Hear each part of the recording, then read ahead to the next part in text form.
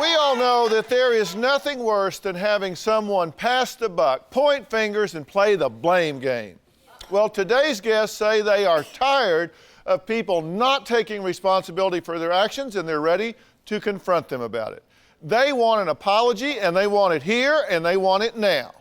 Now, Christy says that her husband, Vance, has abused her physically and emotionally. Not only did she have to have him arrested, but she's also saying that he is disrespectful to his stepchildren, calling them names like sissy and promiscuous whore. Now, Vance says he does not owe his wife an apology. Take a look. I want my husband Vance to apologize to me for emotionally and physically abusing me. I don't feel like I need to apologize because I don't think everything is my fault. Vance and I have been married for 7 years, but we've really only been together half that time. The years have been disrupted by at least 3 separations. On 2 separate occasions, I've cheated on my wife. Vance has said that if I was more sexual with him, he wouldn't have to look elsewhere. It's been very difficult. Me being so sexual and she not being sexual at all. Vance has been fired from 3 different jobs due to sexual harassment. I just don't talk to the female race anymore, especially in a working environment. You're set up to fail. Vance blames me for everything, never taking responsibility himself. I'll give you respect if you give me respect. If you don't give me respect, then there's gonna be problems. One particular incident, we got in a physical scuffle. He pushed me out of the back door, locked the door. I called the police, and they took him away. Cops told me I grabbed my wife, and that constituted domestic violence. He stayed in jail for a few days. I have 2 teenage children from a previous marriage, and I have a 6-year-old daughter, Trinity, with Vance. Vance has called my daughter, Claire, promiscuous whore.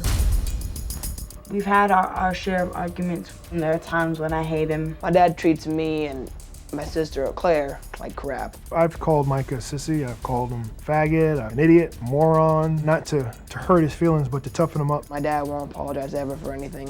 It hurts. Sensitivity, cuddling, nurturing, empathy, all those other soft, fluffy words, that's a mother's job.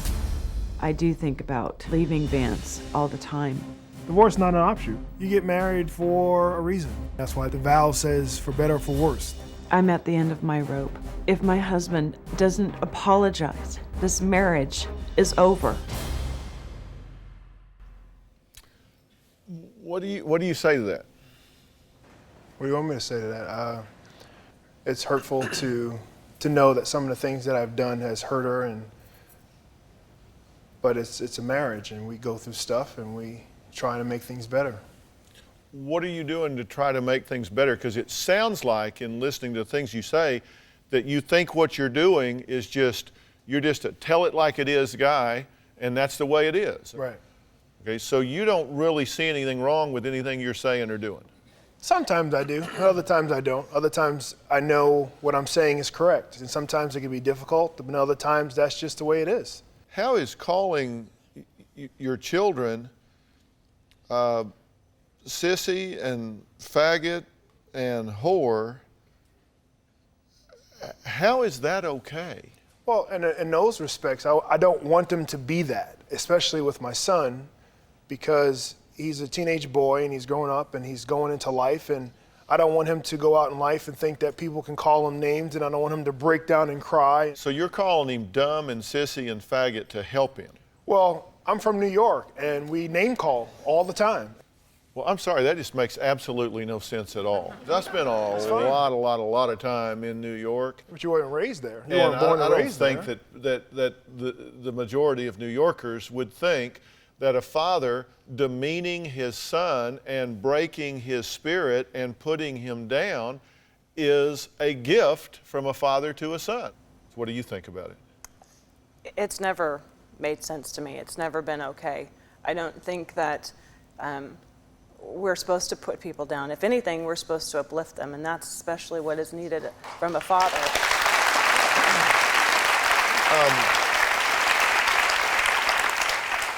So if you call him those names, or if you put your wife down, if you put your son down, in those ways, and those are demeaning names. Would you agree that they're demeaning names? Oh yeah, yes they are. Okay. Do you think he then goes out into the world and says, I'm special out here because I'm special at home? Or do you think he goes out and says, well, this father figure that I look up to more than anybody in the world calls me sissy, faggot, and dumb, so I'm going to go out into the world and feel how? For me, it's more or less when he goes out in the world, I want him to feel empowered, that he can handle any obstacle that comes before him, that he's able to take on any challenge that comes before him, and he's able to persevere. And you think that's enhanced by his father telling him that he is inferior or sissy or dumb? How does that make you? How does that build your confidence? It doesn't build your confidence. I never said it builds your confidence. No, you did. You said you want him empowered when he goes out there, so you toughen him up. I do. I want to toughen him up. I want him to be stronger. So are you defending this, or are you acknowledging that it's probably not the best way to deal with it? But I'm defending it in the same mannerism, I guess, at times. It's not the best. For me, growing up, it was something that helped me to get through at times. It made me tougher, especially with the situations I've been in life. I've definitely helped me. But come on, how's it working for you? Well, in the situation with Micah. I mean, you spent half of your marriage in separation. Your kids are distanced from you. You said it was that upbringing that made you the man you are today. Right. You're probably right. Yep. Seriously, you're probably right. We learned what we live. All right, next. Why Vance says he refuses to change his behavior and also refuses to divorce his wife and also refuses to apologize. We'll be right back. I want Vance to apologize to me for belittling me, calling the kids names, cheating. If she gave me the attention that I needed, I wouldn't have to seek it out for other women. Just saying you're sorry isn't enough.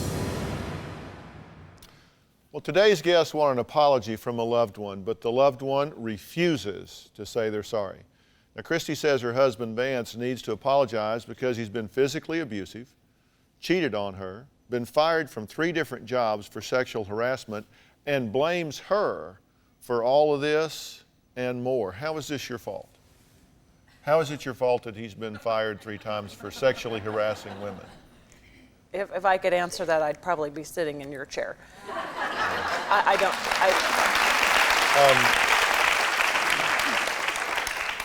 How is it her fault that because you say that she is to blame for many of these things? Part of it is her fault. Is in the marriage situation, both parties have to pay attention to the other spouse to get, enlightenment from each other. And when you don't get that, and the problems with my wife when we were separated is when I had the affairs. Not when I was with her. We were separated, and I was lonely. And were you married? I was married, yeah. But you were separated. But we were separated, yeah. Okay, and when you got fired for sexual harassment on 3 different occasions, were you married? I was married. Okay, so were you hitting on women at work, or were they just saying that about you? No, I mean, and every situation is different. In those circumstances, it's, if you say something, like I said, one of my problems is, like I said, I say what I pretty much feel. And if you say something that's inappropriate and a person takes it the wrong way, then, you get in trouble. Where did you learn how to be a husband and a father? Where did you gather that information about what was okay and what was not okay? What was okay and what wasn't okay? Yeah. Just from different people that I respected growing up. Pastors and uncles, probably. Okay. So you've been arrested twice for domestic violence. Right. And I'm guessing that a pastor didn't tell you that was okay. Well, again, both in both of those situations, I don't have a record. I mean, both of those cases were dismissed because they weren't true. Have you shoved Christy around? I've not shoved Christy around. You haven't shoved her against the stairway? You haven't shoved her out the door and locked her out? I shoved her out the door when we were having I was talking to one of the kids and she was interfering. And I was like, you need to stay out of this. She said, no, I'm not going to stay out of this. So I'm like, well, go out on the porch. So I picked her up, put her on the porch, closed the door. She goes, I'm going to call the police. I'm like, hold on a second. One got the phone. Here you go. Close the door again. And you wound up in jail. Yep. So you're not as quick to hand her the phone anymore, I would guess. All right. In a second. I give it to her in a second. I don't hit my wife. I will never hit her. And I used to, discipline the kids. I don't spank them anymore. Obviously, they're older now. So what do you say about all of this? I mean, you're just kind of observing this whole conversation here. This has been the common conversation that we've had in the past as far as his admittance to certain things. Why are you putting up with this? I mean, I'm serious.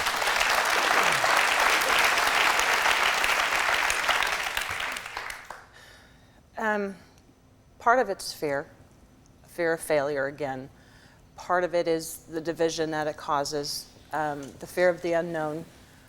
I truly love Vance, and I know that there's a person inside that can be an excellent father, an excellent dad, and I believe there's pain in his life that he hasn't acknowledged. And do you think that allowing that to be vented on you, to be targeted towards you, to be disrespected in that is helpful or curative to him?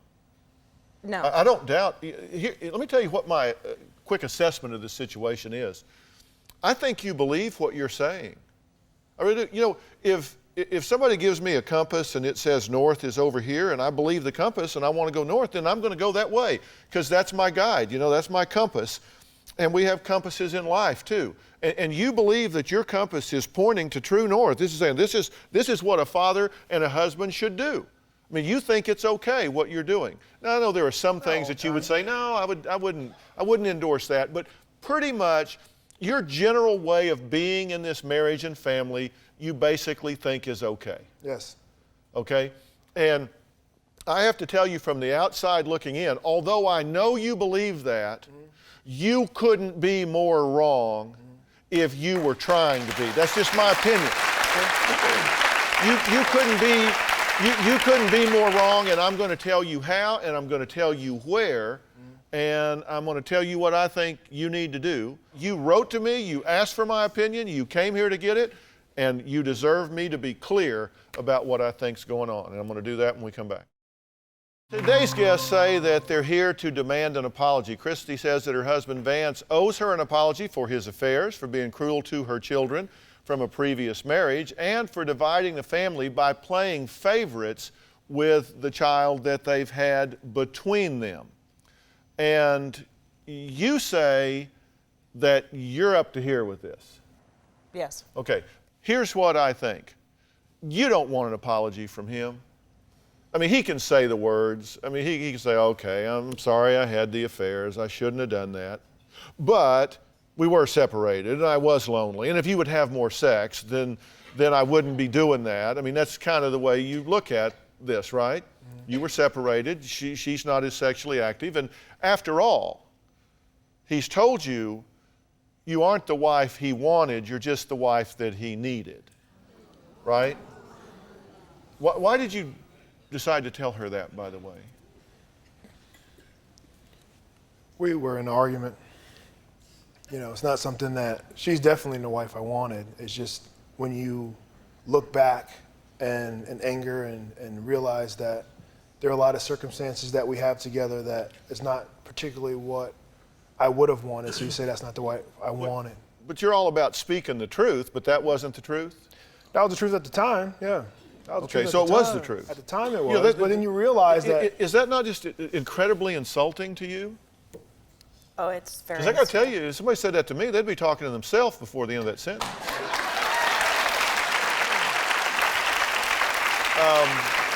But, be that as it may, here, let me tell you what I think is going on here.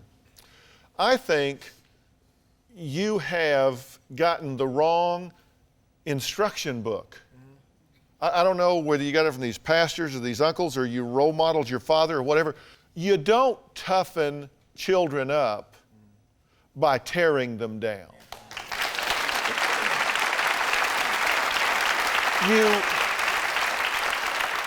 You toughen children up by helping them to believe in who they are, discover who they are, embrace who they are, live who they are with the confidence of knowing that they are valued human beings, and there is no greater value they can feel than that comes from their parents. Okay? When their parents, we have 2 boys that are basically grown now, and my whole goal the entire time I was raising those boys is that when they went out into the world, they felt special out there because they were treated special back here. They knew that they were decent, valuable human beings that had something to say, something to contribute, something to be valued. And I didn't do that by telling them that they were idiots or morons or sissies or whatever. Did I like every choice they made or everything they did? No. And when I didn't, I said so. But I said so with dignity and respect because they are entitled to that. They are entitled to that. So this theory about you do it to toughen them up so it learns to bounce off of them, let me tell you, that just doesn't work. You're just absolutely wrong. That's like you pull out of the driveway and you turn left when you were supposed to go right. It's not kind of wrong. It is dramatically, diametrically opposed to anything reasonable in parenting. This idea about I just speak my mind, well, maybe you need to examine what's in your mind. You have said that you strive to live your life in a Christian way. That's correct. Okay, well, let me assure you that the role of the man in the family, according to Christian doctrine, has 4 cornerstone principles. You are to be a provider. You are to be a teacher. You are to be a leader. You are to be a protector. And that means that you treat your wife with dignity and respect. Okay? And you don't demean her, you don't hit her, you don't push her, you don't call her names, you don't withhold affection, you don't blame her, you don't criticize her. Let me tell you, when you blame her because you got fired for sexual harassment, that is wrong. My bottom line for this couple when we come back. Christy is frustrated with her husband Vance, who refuses to acknowledge many of his bad behaviors and thinks that in a given situation, they make sense.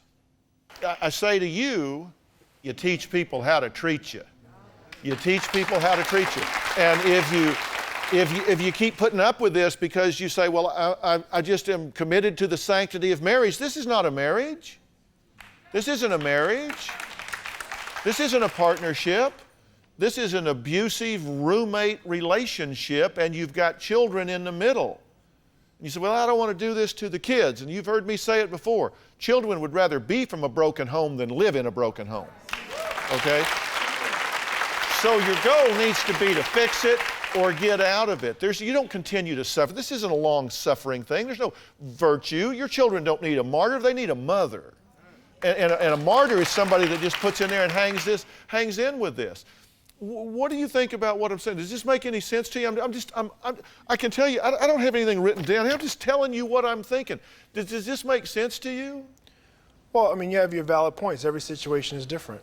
I mean, that's just the way it is. Every situation is different. I disagree with you the fact that my wife is a martyr. She's not. She's my wife. And I do treat her with respect. I love my wife to death. I love my kids to death. I do protect them. I do provide for them. I teach them. Have I been wrong in a lot of my teaching? Yeah, I've been wrong in a lot of my teachings, but I've also been right in my teaching. Well, then you know what? You say, well, if you go left, if you go right, you're totally wrong. You know what? There's a situation when you go left and you realize you went wrong, then you can come back up and go the other way. Simple.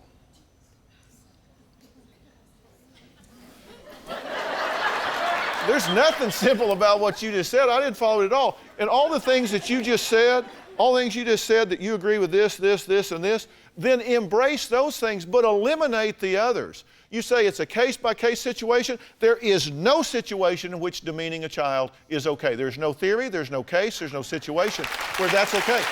So eliminate those behaviors. Eliminate those behaviors and embrace the others. You say, I do protect my children. I do provide for my children. I do all of those things. I do. Then continue to do those things, but you've got to eliminate the other things or she's going to leave you. She's going to leave you. And see, eventually you're going to figure this out. And I just want you to figure it out while your family's intact. Now, you know, I could sit here for, we could do therapy for 6 months and I could kind of tell you this as you were ready to handle it and kind of ease it where I didn't step on your toes. Or I can tell you right now, which I've done, because I think this is an urgent situation, is it not? Yes. I think this is an urgent situation. And I want you to, I want to get you a tape of this show. I want you to watch what I've said like 10 times. And I would be more than happy to provide some ongoing counseling for y'all. But I don't think you're really interested in that, are you? Oh, I'm always interested in counseling. Anything to help out my wife and my marriage, sure, why not? Yeah, well, I was kind of interested in you. What about me? I was kind of interested in you. What about me? All right? Okay. Well, one thing that he does that I can't grasp and I have yet to understand is the fact that he tells me that the kids hurt him. That's why he doesn't talk to them. You know, he only talks to me because I'm his wife and the mother of his child. But how, I mean, I understand kids can hurt you, but if you focus on that entirely, then you're going to be, depressed and in your bed every day. You have to move on. You know, you're an adult and you have to transcend that. Kids do things that are painful. Kids do things that are frustrating. Kids do things that you just look at them and say, what in the world are you thinking? Kind of like I'm looking at you now. Yeah, that's cool. I look at my kids the same way. You know, I have to tell you, and then we've got to move on here, but there are some things I want to do with y'all. I want to give you some things to listen to consider, and think about, and then we'll talk some more. But let me just tell you, you're kind of in shock. You know, really, I've seen people that have kind of been trapped in abusive situations before, and they kind of have that kind of blank stare where they pull their feelings back and they kind of sit there so it doesn't hurt and feel very isolated. You're an intelligent woman. Very.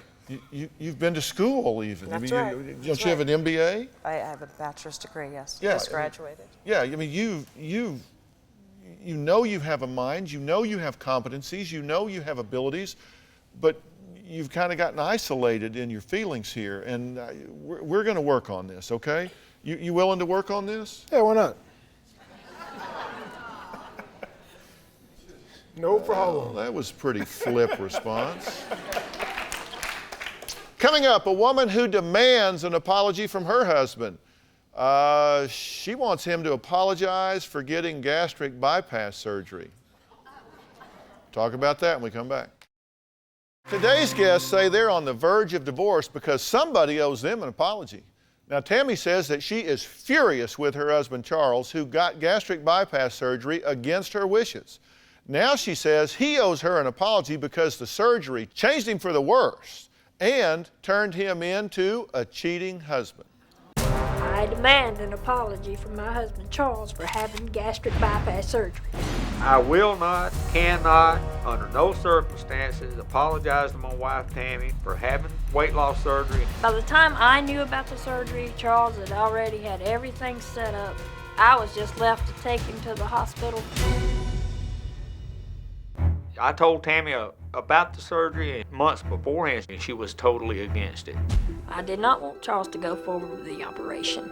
I feel like since he's got a new body, possibly a new woman. Once I had lost weight, she felt like that I may be having an affair. There has been some suspicious things, lying and hiding of money, suspicious telephone numbers in Charles's phone.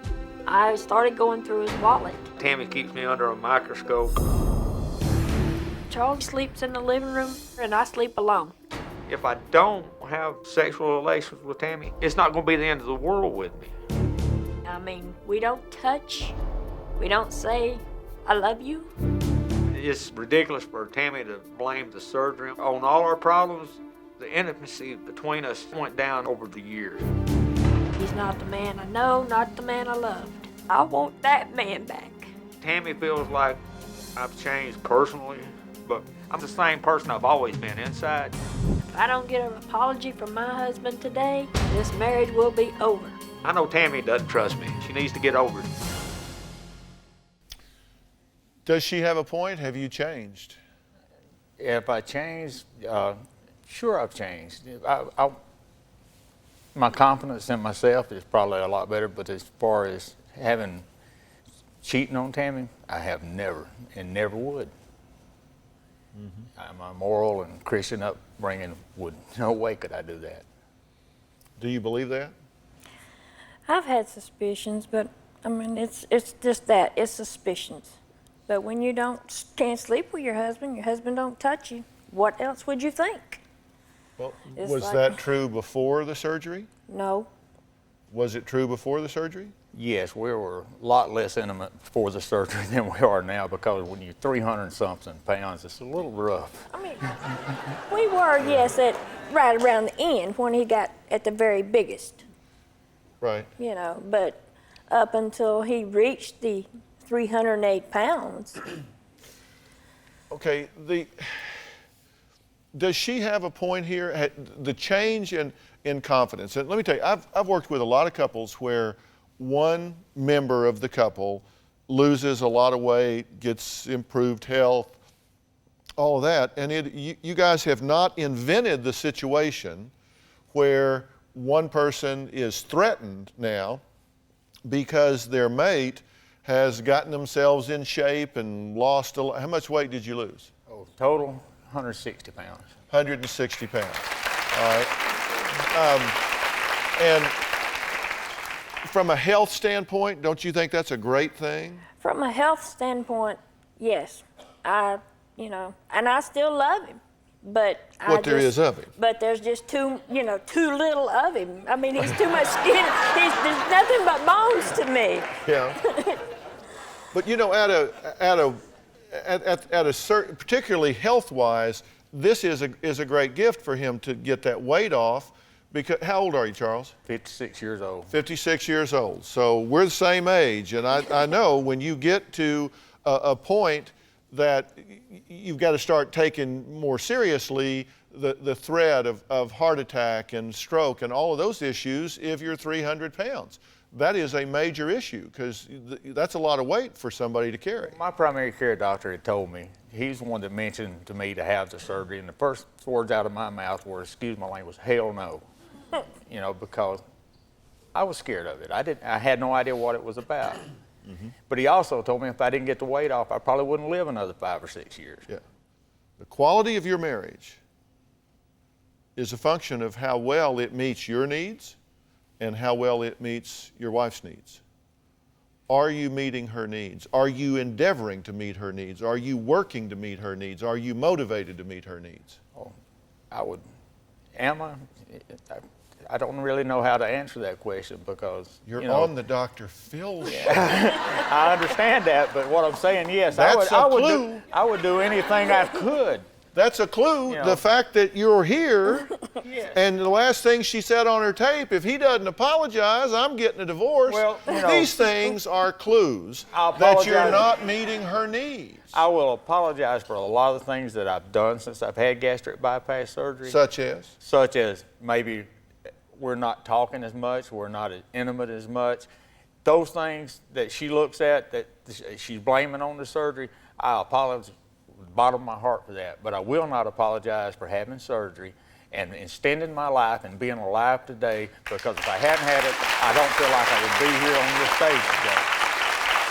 All right. So did he not tell her about this until the last minute? We'll find the answer to that question when we come back. I want Charles to apologize for having the weight loss surgery and for the lies and the secrets. My greatest fear used to be dying. I don't fear that anymore. My greatest fear is probably losing Tammy. Well, today's guests say they're sick and tired of being mistreated, and now they expect a loved one to just say, look, I'm sorry. Now, Tammy says that she's ready to divorce her husband, Charles, because he had gastric bypass against her wishes. Now she thinks that he may be cheating on her because of his drastic weight loss. Now, Charles says, Tammy, is creating a problem that doesn't exist. And he said, I'm not going to apologize for life-saving surgery. Now, what was the last thing he said on that tape up there? He said he loved me and he was afraid of losing me. That's not what he said. He said, Well, he said, my biggest fear was losing my life. And now my biggest fear is losing my wife. That's what he said. well, I have no objections that he's lost the weight. It's Yes, just you do. It's just the way he done it also. But yeah, I don't like him skinny like he is, no. Well, all right. Here's what we're going to do with that, okay? Well, you can't make him fat again, so. No. Here's what we're going to do with that. We're going to get over that. Yeah. Okay, we're just going to get over that because you don't want to fatten him up because that'll shorten his life. It will. It will shorten his life. And particularly the roller coaster, you don't want to be roller coastering. The only thing worse than being way overweight is roller coastering, yo-yoing up and down. That's even worse. It shocks your system and it never recovers. So let's just be realistic. We are where we are. Did you keep this surgery a secret till No. the last minute because you knew you were going to catch hell for it if you said it? No, I didn't. I didn't tell her that I was definitely going to have it till after I actually seen a weight loss doctor and done all my research.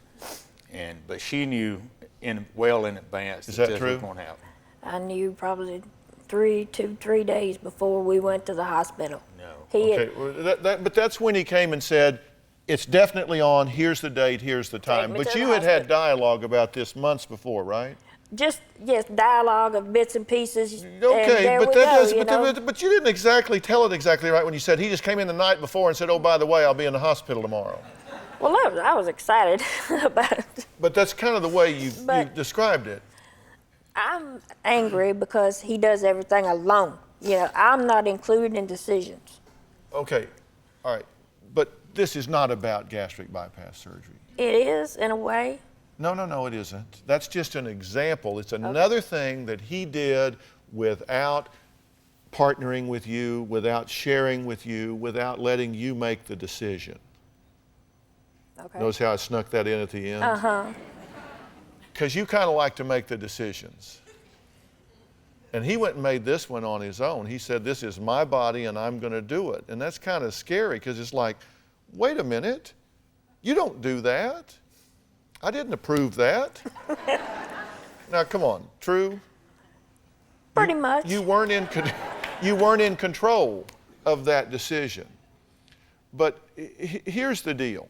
I'm a pretty good judge of horse flesh. He's not having an affair. I can look him in the eye, listen to his, he's just not. He's just not. I just believe he's not. Now, you can make a fool out of me and trot out some 20-something here and make me look like an idiot. Well, when you're not, you don't leave clues that you are. Well, and I'm not saying that you're being open. I'm not saying that you're being as involved as you need to be, but I don't believe that he's having an affair. I just don't believe he is.